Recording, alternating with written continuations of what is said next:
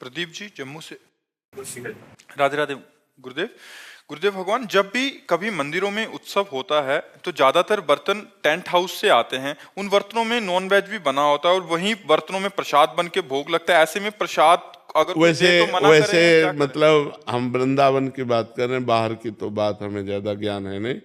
यहाँ सब पर्सनल होता है। जैसे राधा वल्लभ जी तो पर्सनल, चाहे लाखों लोगों का भोजन हो, पर्सनल वहाँ सब। वहाँ रसोई में किसी का पात्र भी प्रवेश नहीं करेगा। बिहारी जी पर्सनल, राधा रमण जी पर्सनल। हाँ, जनरल गांव गली की बात हम नहीं कहते। बाहर जो जैसे ये धाम या पुरियों से बाहर का जैसे माहौल है, अभी जम्मू में रह रहे हैं तो वहां तो टेंट हाउस से बर्तन आते हैं तो उसमें नॉन वेज भी बना नहीं होता है। नहीं नहीं नहीं, तो ऐसे में कोई प्रसाद दे? नहीं पाना चाहिए, नहीं पाना चाहिए। वो प्रसाद हुआ ही नहीं। अभक्ष्य भोजन का कहीं भगवान को भोग लगता है? नहीं। ऐसे अपवित्र पात्रों में बना हुआ भोजन अभक्ष्य होता है।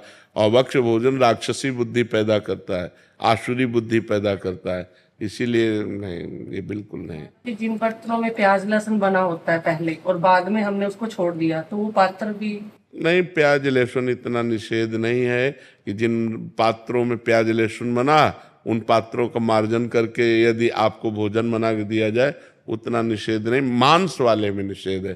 प्याज लहसुन कोई बुरी चीज नहीं है। आप हमारी बात समझो। जैसे आलू पैदा होता है वैसे प्याज लहसुन पैदा होता है। उसका परिणाम जो है, प्याज लहसुन परिणाम में हमारे अंदर तमोगुण पैदा करता है, बस इतनी बात है।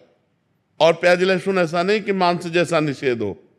मांस में दूसरे के शरीर का छेदन भेदन होकर के वो मांस बनता है। लेकिन प्याज लहसुन तो जैसे आलू है, गाजर है, मूली है, नीचे फल की तरह प्रकट हुआ है, बस वो तमोगुण प्रकट करता, बस, और कोई बात नहीं। ऐसा नहीं कि पाप लगेगा, ऐसा नहीं। प्याज लहसुन तमोगुण प्रकट करता है, इसलिए भजन करने वाले को तमोगुण से रहित होकर सतोगुण तक पहुंचना है। तो उसको निषेध किया गया है कि प्याज लहसुन मत पाना, ये तमोगुण पैदा करता है, तमोगुण उत्पन्न करता है। क्रोध है, निद्रा है, आलस्य है, प्रमाद है, बुरा चिंतन है, ये इसको बढ़ावा देगा, इसलिए इसको रोका गया है। नहीं, ये ऐसा नहीं है कि मतलब इतना निषिद्ध है जैसे मांस निषिद्ध है, ऐसा नहीं। मांस तो जिस पात्र में बना हुआ, उस पात्र में बना हुआ भोजन कदापि नहीं खाना चाहिए। लेकिन जैसे प्याज लहसुन मतलब और वो पात्र मार्जन करके हमें रोटी डाल दे तो पा लेना चाहिए, उसमें कोई नहीं। भगवान को भोग लगा सकते हैं। भगवान की जब भोग लगाने की बात आएगी तब उसे हटा देंगे। हम ये जनरल बोल रहे हैं, जैसे जनरल में लोग हैं ना, जनरल बोल। लेकिन जब भगवान की सेवा की बात आएगी तो हम उन पात्रों का प्रयोग ही क्यों करेंगे? हम तो पवित्र पात्रों का प्रयोग करके भगवान को भोग लगा के पाएंगे, भगवान का भोग नहीं लगा सकते।